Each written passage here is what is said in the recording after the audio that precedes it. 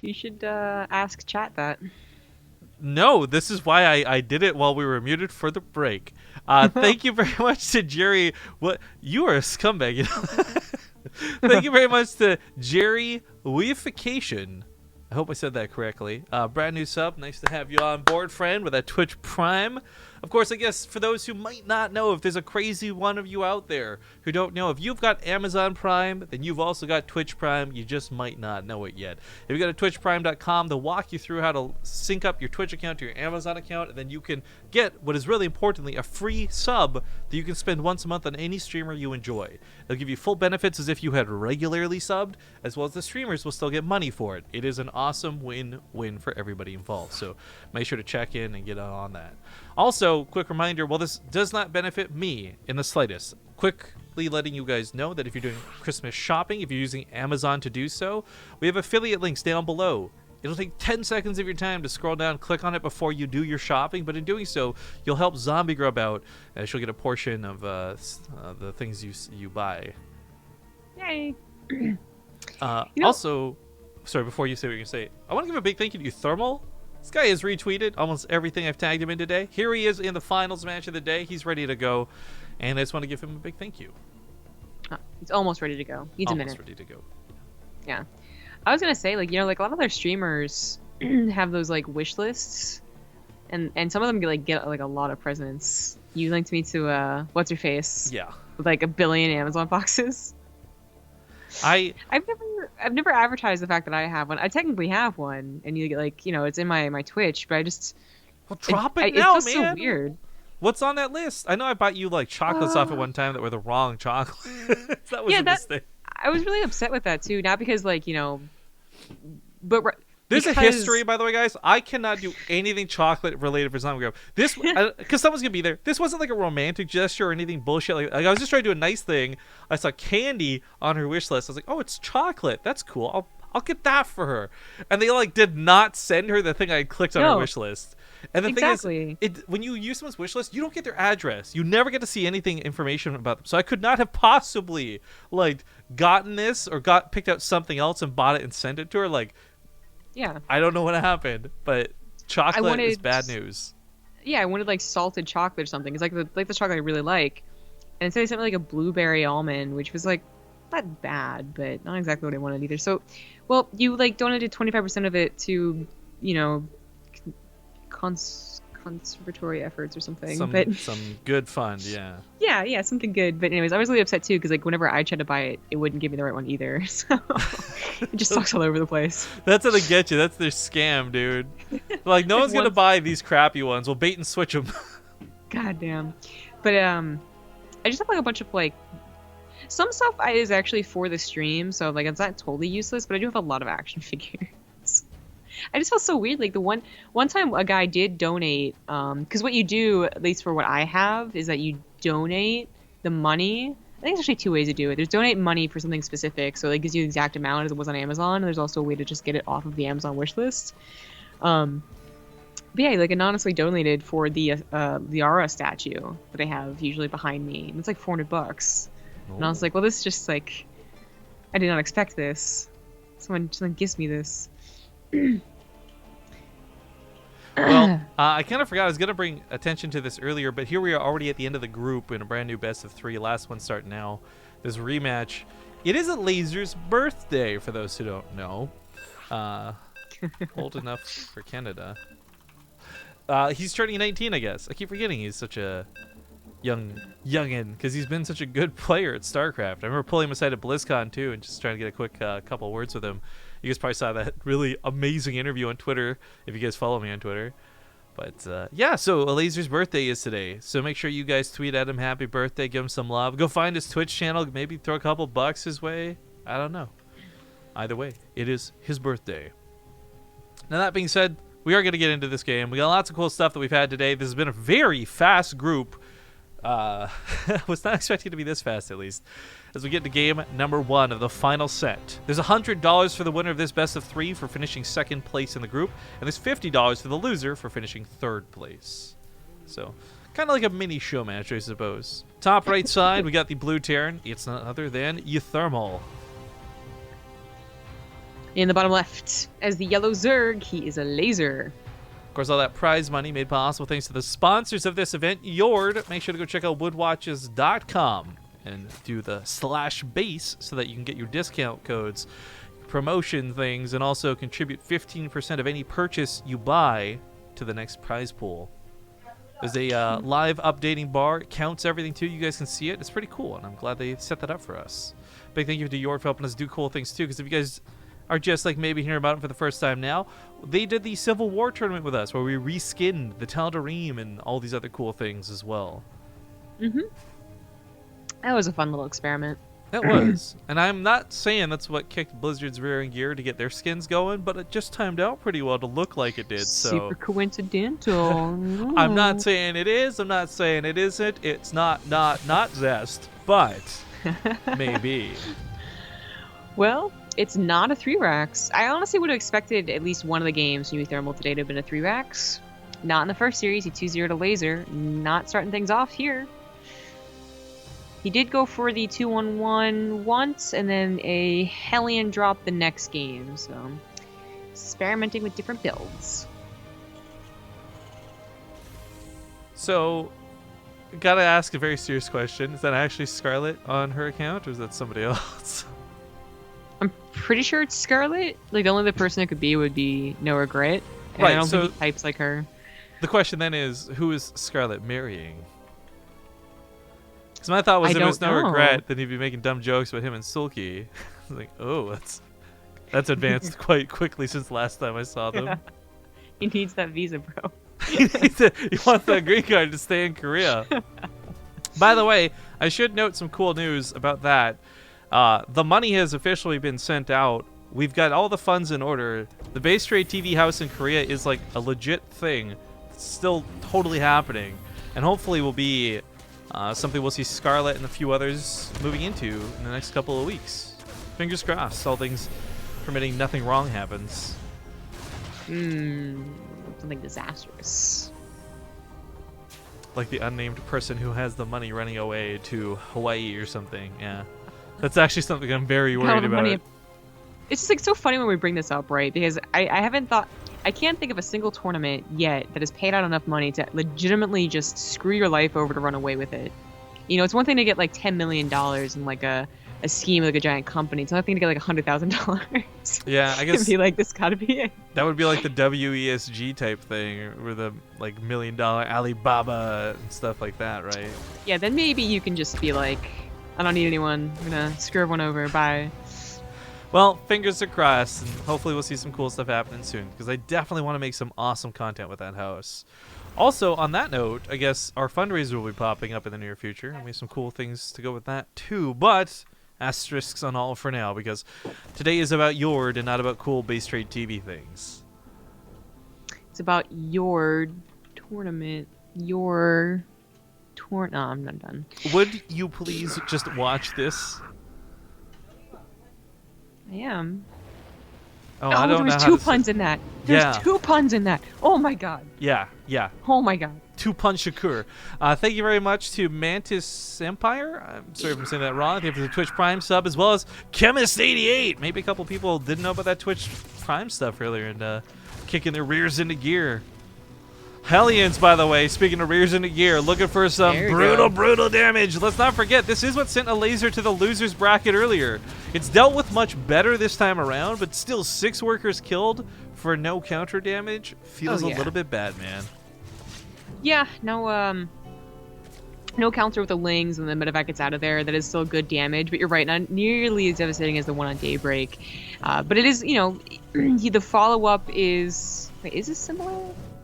Actually, I think this is a faster third base. Okay, so the Overload's going to see this, but of course there's a lot of other changes here. Lazer's not going for Roaches, which is what he did on Daybreak, and it became like kind of a long game where he stuck it out for a very long time, but fell behind tech-wise. On Overgrowth, he did also go for Links, and his Link speed's actually helping a lot with dealing with the Hellions. Well, it looks like he was trying to use the Hellions to distract, to position for that Liberator, but the Queen's where they are, he can't really put the Liberator in right now, which kind of sucks for him.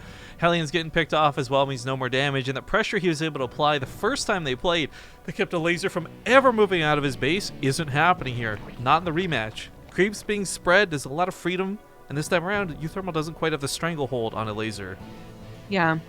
With how much damage he did with the attack on Daybreak, it really did put him in a good position. His build on Overgrowth, the 2-1-1, just gave him a lot of consistent drop and pushing power.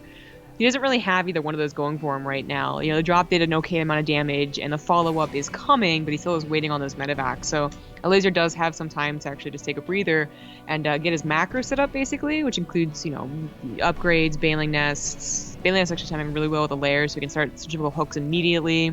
You're also going to have, like, a decent push, but it just won't be as much to deal with so early on as it was last time these guys played. You know, I really wish the Liberator attack had, like, a really big, like, cow, like gunshot sort of sound. Cow? Not this like laser, like pew, Cacao. pew. Echo. No, not like the Kako talk. Oh my god, can you imagine if we had like a mod where we replaced all in-game sounds with like Kako talk sounds? The Obama one would be the greatest. Cacao talk. Like. Ugh. Oh my god, I saw Obama socks today. Sorry. Oh, Korea. Oh my god, there was socks too that had Trump on it, and the slogan there was "We will overcome." Because he comes his hair over. It's so good. It's so good. Korea, please. Okay. Alright, he fires down some of the Banelings, and I think if he could have gotten more, he would have stayed longer, but everybody's upgrades finishing at the same time. Hit the dance floor, 1-1-1-1 across the board. But uThermal, last time we saw him play on this map in particular, basically won the game in this location. Isn't going to be able to do it again, sadly. Not just yet, at least. Not with all the Banelings present. If it's just Lings, maybe it wouldn't be such an issue. Yeah. Well, for Elazer, you know, the first couple of Banelings are kind of a given. It's when you stop remembering to make the Banelings, or they just start like getting those really nice Widowmine hits, because uThermal is starting to grow that count. And you're just out of luck with the Banelings, that things get super worrying, because that is what happened. What caused the position to be so bad, just Lings are flooding in. Ooh. But that drop's very familiar feeling. Left, right, center. Yeah, the Elaser's been on top of the defense this time around. It's looking a lot better for him.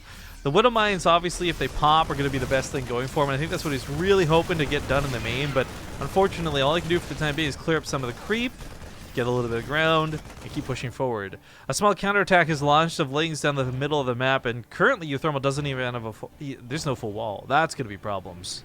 Oh no. Yeah, that's super problematic. He does coincidentally scan, though. He's the Lings. Or maybe barely? Well, I'm not okay, sure if he did or not. He's going to catch some Queens, though, which will be really nice.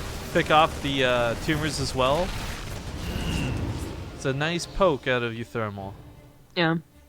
Elazer's got a pretty damn quick infestation pit as his +2 carapace starts, which is an upgrade he either forgot. I'm pretty sure he forgot last game. It was very late too, last time these guys played, but the infestation pit this quickly means that a hive might be just right around the corner, especially if he's able to push uThermal back entirely. These Lings take a decent trade against the Marines. Yeah, that's actually a lot better than I expected it to go, too. I guess the even upgrade certainly helps with that. Up to this point, uThermal, though, and it's still even at this point, has such a better resources loss ratio than that of Elazer. But Elazer, while this has been going on, he's pushing back a little bit further. He's getting towards that hive now. He's got a lot of extra larvae through these extra hatcheries. And this time around, he's not floating 1,000 minerals, 1,000 gas, unable to spend it. Yeah. You know, and it does have something to do with the fact that his spawning pool wasn't sniped. But even then, like, he's still banking a little bit here. And his hive's almost already done, and uThermal just, like... He's going to have one really good push, which might just be able to do it. But I think last time these guys played, uThermal, well, today, uThermal had a couple of good pushes before that hive finished up. And then by the time hive did finish up, Elazer was just already out of the game. But uThermal might have a good push. He is already preparing for the follow-up, the long game. He's got a 4th base on the way and a 2nd starport. Still investing in those drilling claws, though. Just going to slowly clean up some of the tumors for now, too, as he sieges the Liberators forward. The middle of the map gets kind of shut down. Big attack going off. He's going to have to defend. There's not that much to defend with, unfortunately. But I guess the same could be said for Elazer. He pops off. The Widowmine doesn't get the Banelings like he was hoping. Awkward SimCity is awkward, but it's SimCity nonetheless. It'll make pushing into that 3rd base kind of difficult. Oh my god. The Widowmine combined with the Baneling. Lots of damage go down on those SCVs. The Lings are going to get cleaned up, though, but this gives him the time to push through the center. Now, this isn't a planetary, it's an orbital, and he's got to pull all those SCVs away. The bunker's going to get broken pretty quickly. This is where the 4th base was made, too. uThermal's got the army to fight this, but it's scattered all over the place. I mean, Elazer doesn't even need Ultralisk. Oh my god, he just killed the starport. No He's liftoffs. he's going Greater Spire. Man, Elazer looks so much better in this game. He should than never last have killed any of series. these buildings either. Liberator Well, set no. up to the south. There's a couple of medevacs that were denied from the main. uThermal goes from having so much map control and he's the one putting all that pressure on to losing so much so quickly. The SCV count doesn't get demolished or anything like that, but this is still a position where he's fighting from behind. Oh yeah, and the laser is just like pushing him back so far. Widowmine just And kicked all of his own Marines in the nuts too. Hit some of the medevacs. He's feeling real bad right now as his army supply just plummets. SCV count, yeah, I guess it holds on to be somewhat decent, but they're all in those 2 refineries. GG. Ooh, The Laser with the turnaround for game number 1. hell yeah. That was very awesome to see. But we're going to go to a commercial break, guys. We'll keep this as quick as we can, and we'll see you in 2 minutes for game number 2 of the finals. All right, we're back and loading into the game. If you guys are just joining us, this is the grand finals of the group. Winner of this best of 3 gets $100. Loser gets $50. I'm not sure why we're on a black screen. Hopefully that will fix itself here in a moment. It tends to happen if I'm alt-tab while we're starting the game. But if things crash, we'll just restart. Real quick note, though. Snoot is streaming, so he may have lost the group pretty quick, but he went on to stream some of his games afterwards. I know some of you guys are also hyped because Total Biscuit's currently streaming some of his games. There's a lot of good StarCraft going on. I'm just going to mention real quick that when this best of 3 concludes, Zombie Grub and I are going to take another stab at the impossible mutation that is this week's Sheer Chaos. I managed to beat it on my own, but we're going to try and beat it together. So we'll give it 1 or 2 tries, but either way, lots of good variety of streamers. And I implore you all to take advantage of it while you can. Spawning here on the top left side, though, as we continue with the Yord Woodwatch tournament, it's going to be the blue Terran player, Liquid Thermi, aka uThermal, currently on his last life. In the bottom right, as the yellow Zerg, he is a laser. One question. Go on. Since I'm in Korea and it's already Monday, is it still the same mutation? Oh. Well, if you play on the US server, I would guess so. Yeah, probably. You're probably right. Yeah. Well, either we're going to take on the one she couldn't beat, or we'll try the brand new one, I guess, depending how that works out. I was going to mention, though, real quick, that we do have a change-up in uThermal digging deep on this final possible game. If you were to lose with this, it would certainly be disappointing, but this is a strategy we haven't really seen him lose much with. Have we seen him lose a game yet? I saw Elazer lose a game to Dark, I do believe, which is nothing to be, embarrassed of. But I don't think I saw uThermal lose any games yet. No, I think It's been like at least 6, maybe 9 games, but it's a lot. I mean, I guarantee he's lost one, but not that we've cast. So far, his 3 racks Reaper record on the channel has looked so stupid and good. No, he's got like an unbeatable 3 racks, even on ladder, man. I wouldn't be too surprised if he had a super high win record. But I don't know about unbeatable. Well, one of the things we've been seeing uThermal and Elazer, and I guess just generally foreigners do, is they stick to quite a few Reapers, and they dedicate to this a lot harder than the Koreans do. We were watching players like TY and others cut their Reaper count somewhat early, go for that faster third CC. In place of that, uThermal just goes 15 deep, doesn't give an F. Right. So that's that's the real trick. And Elazer was the one that kind of pointed out. We had guessed, it seemed to be what was happening, and Elazer just yeah, it's brutal, and that's what they always do. So I was gonna comment in the last series that it seems like occasionally Elazer was specifically preparing for that too, saying that Daybreak game. But other things happened, so I didn't get around to it. But Elazer might have maybe got into a false insecurity. He might have been a little surprised to see this was actually a 3x Reaper. Hopefully he can actually deal with it, but it's super difficult. I mean, even if you went Roaches and Ravagers, got that range on them, they still get a substantial lead, possibly, unless they really screw up.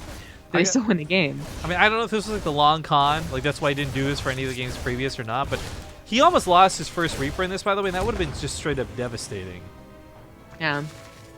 I mean, it still is, as powerful as it seems to be, even more powerful on these maps, which doesn't, again, just so questionable because it's not the maps, but losing the first 1 or 2 Reapers and lacking that snowball effect is still brutal for the Terran player, so it's important.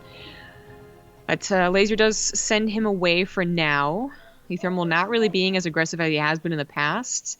I mean, there's not a spine crawler. There's not like 4 queens. It's really not that much defense. But uThermal might have just specifically done this to, we'll make sure the Lings weren't going across the map to Baneling busts, but maybe just to hide the Reapers, so Elazer gets that false sense of security even more so. Yeah, thinks that he's pulling back, assumes that there's like a third CC on the way or something, but the Overlord in the main kind of says all otherwise, so I'm not sure about that. Thank you for the bit cheer from Chaos Lover and Twisted Death. Hit us up with the Twitch Prime sub. Very much love over there, friend. This Reaper is going to try and stop this. I mean, he doesn't need to pull SCVs to repair just yet, but he would need to pull them eventually if he's not careful. There's enough Reapers here, I feel, though. Auto attack damage is going to outplay this even without the grenades. Oh, yeah. You definitely shouldn't have thrown grenades down if Elazer did take that fight, but Elazer just really wants to force uThermal at the very least to look somewhere else, which is not a bad plan, but I'm really surprised uThermal wasn't a little more aggressive on the front lines. Well, now, Elazer is still depending on Lings, so these Reapers can do a lot of damage. Yeah, the repair's coming down too, so the wall's not going to break anytime soon. Thank you to Elazer Wish for the Twitch Prime sub for their 19th month. What? Coming back to the channel. Big cancel on the third over here as the Lings come in. It's a little bit scary. He starts throwing down a couple grenades a bit preemptively, but the mineral line should work well for him. These queens think they're going to help out. No, they're just going to die. Yeah, although maybe not. He could be trapped in a bit of a tight spot. The grenade's going down. He can jump up to the main. I don't think he realizes this. He's taking a very scrappy fight. He's losing a lot of Reapers for it, but he kills all the Zerglings. Not sure if that's worthwhile. He does trade out more cost effectively, but now he doesn't have any follow-up. Yeah, he's actually still building Reapers, and he still doesn't have a third CC. This is a little bit questionable. I mean, he still has, how many is this? 10 Reapers again. Like, that's a really scary amount, but Elazer might just actually be doing fine against Reapers this game. I feel like I'm going to say that, and as soon as, like, I really commit to it, it's going to be, like, grenades killing all the Lings and all the Queens, so you got to be careful, and Elazer has to be careful. But it's already better than last time we saw him versus uThermal 3 racks. A lot better. Yeah. The Queens are actually getting a little bit off creep. I'm not sure if that's going to be the signal to go or not. He knows that there's Lings on the low ground, and that's part of why he didn't want to jump around. But, you know, this Reaper number may have fallen to like 5 earlier. It's back up to 13. On top of this, the third command center is finishing up for uThermal shortly, so he will be able to continue macroing behind this. But stims later, upgrades are later. His actual follow-up to this is like, will that be enough? He certainly hasn't done enough damage to kill Elazer. It's crippled the economy a little bit, I suppose, but there's those grenades coming down. Queen's getting focus fired. That's pretty good to take all of the Queens here. And then if the Queens die, the Link should just follow into the grenades and also die. Yeah. I checked and I wanted to note that the Reapers made in this game, about 20, like 19. That is far more than when the Koreans are stopping. So yeah, the third CC, the upgrades, all make sense to be substantially later. But Elazer wasn't exactly like just pushing him off and then just like super macroing himself, you know? Still only at 40 drones, less than uThermal, even if the third CC was later. And the only real benefit he has are those slightly faster upgrades, which I'm not even convinced is really that, you know, great. You know, one of the other parts of this too is that the 3 barracks wall off pretty much guarantees if there's a Baneling follow-up, it's not going to bust them. This game won't be over in a matter of seconds. All these Reapers may finally go down. This looks ridiculous. They're doing like synchronized dancing as they chase through the middle of the map, but uThermal actually keeps the Reapers alive. Man, production's going to be whatever. The 1-1's maybe going to be never finished up for these Reapers, but this has been a pretty crazy micro battle where this game may not have been won for uThermal in terms of the Reapers. It's gotten him so far ahead back at home. Right. I mean, it's so... This is when it's like really, I think, depressing for Elazer as he realizes the state of the game. I think that 3-Rack Reaper in general has been depressing for a lot of Zergs, but especially if you've actually had some time to breathe, you think you're okay, and then your third gets sniped. And you have more time to breathe, you think you're okay, but then you realize that you're still down in drones. Like, if you watch this game, he's probably not too happy with how he had to respond. And that is the real trick. The Koreans would stop so soon at 9 Reapers, 10 Reapers, that just the initial Lings that Elazer would have made would have been enough, but not so against uThermal.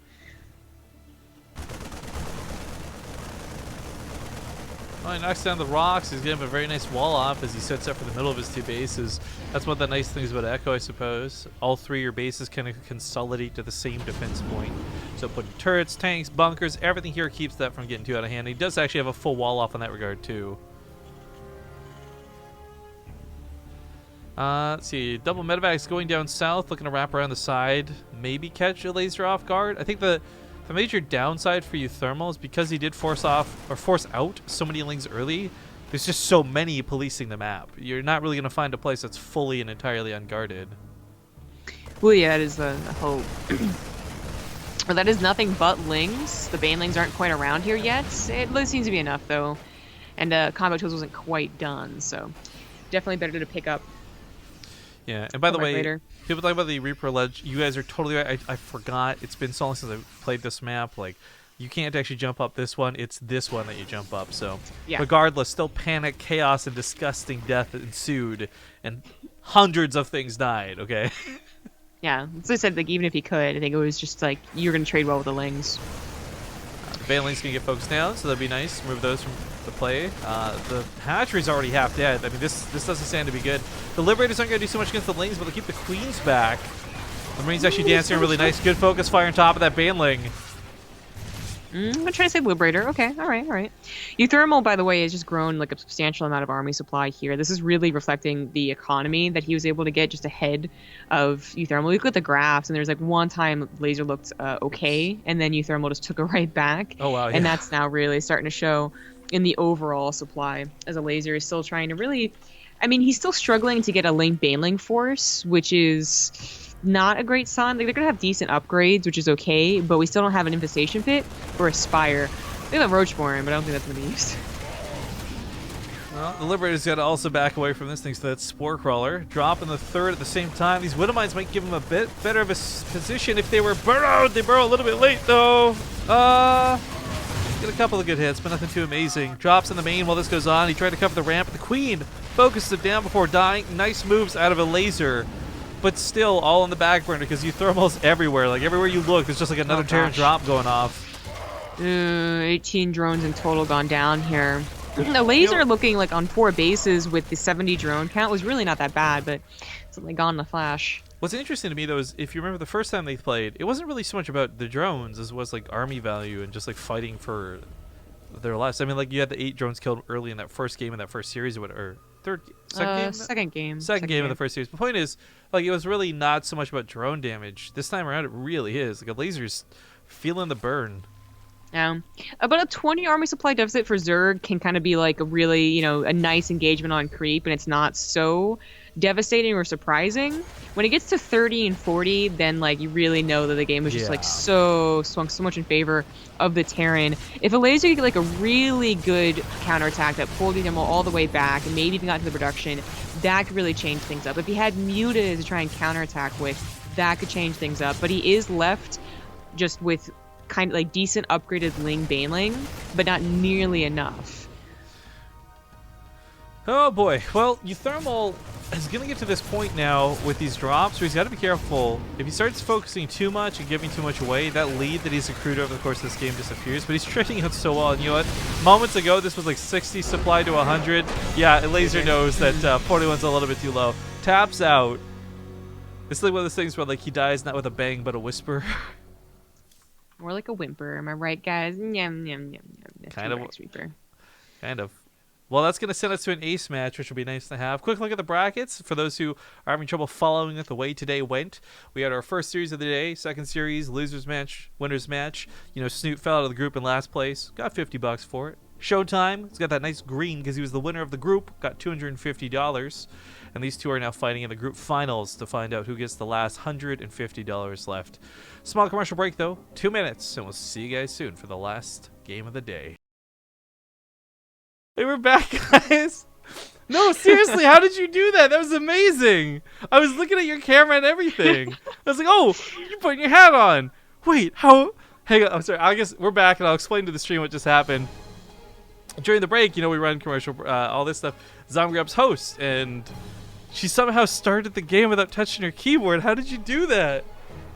It's a trade secret of the best hosts. What did you do? You have like a secret third creepy arm that I don't know about that never goes like above waist level or something? Creeps up on the keyboard, just Could presses. Have been that my mouse is only one click away from pressing go, and then I immediately took off my headphones. But I'm just gonna go with creepy arm. Got it. Magic creepy arm. Got it. No, just for me, it looked like her hands were in the air, both of them on her headphones, taking them off, and the game starts. I'm like, what the magical hell just happened? I guess Anyways. the other reasoning would be maybe I used my elbow to do it, but I was like, ugh. I feel like that'd be a lot more noticeable and more awkward. So I don't know if I buy into that.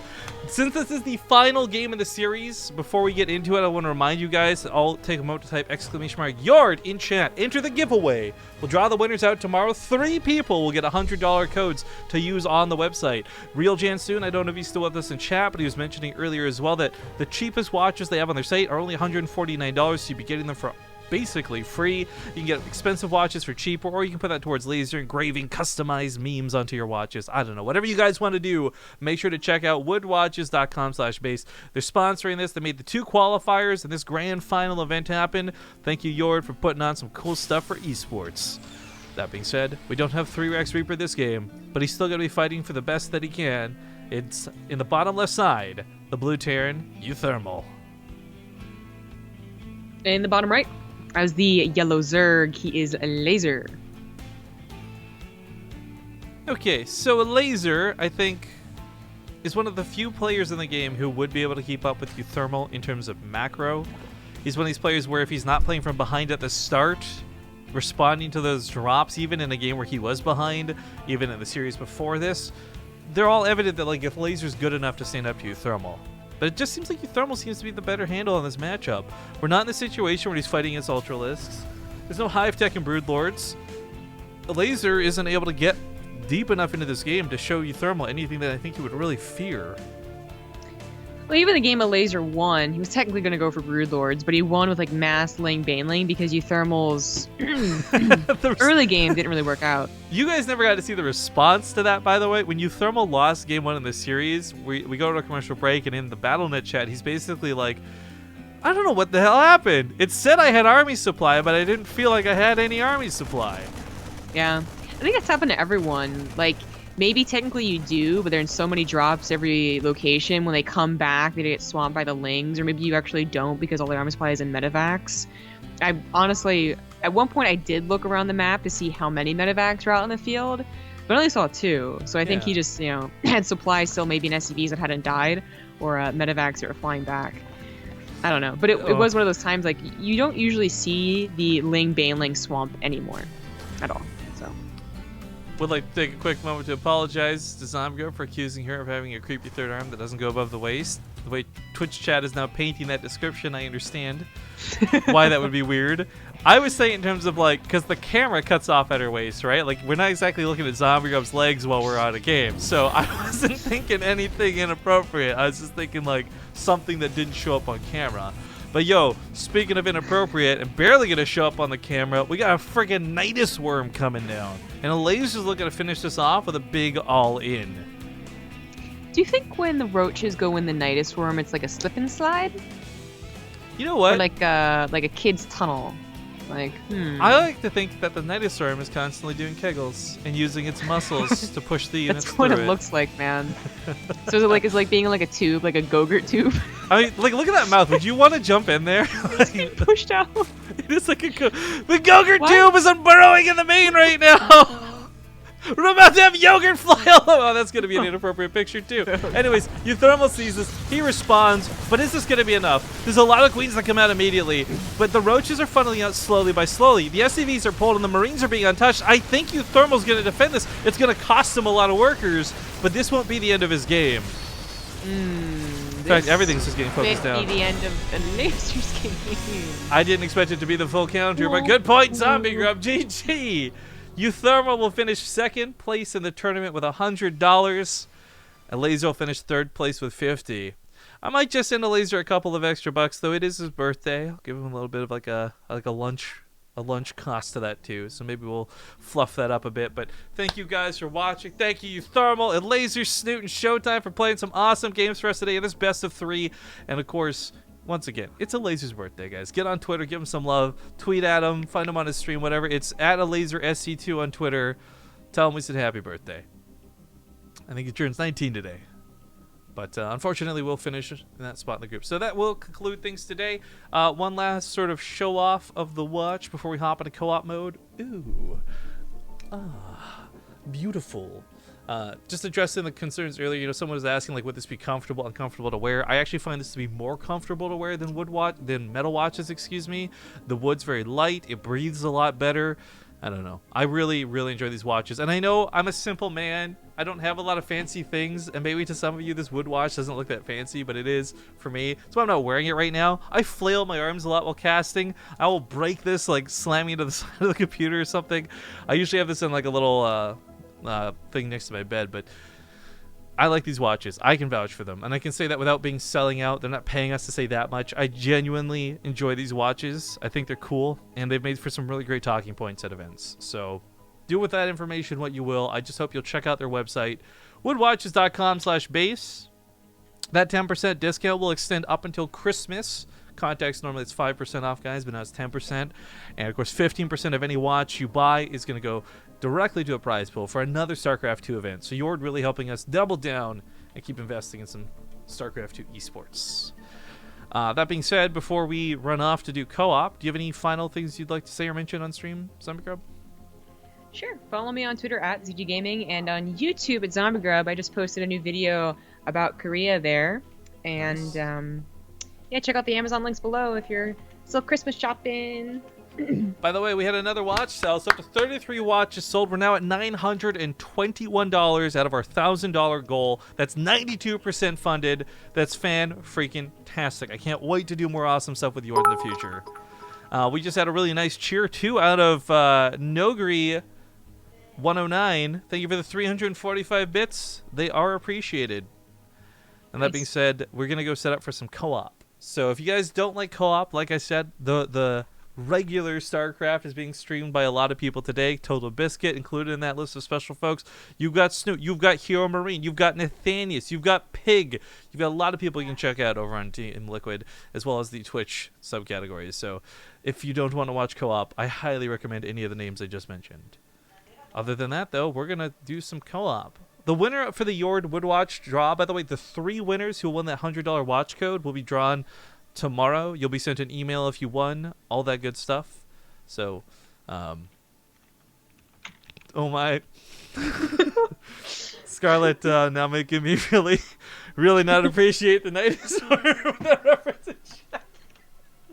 Okay, we're gonna set up for some co-op. I need to get the giggles out of my system. God damn it, Scarlett. I'm looking at you. We'll see you guys in 2 minutes.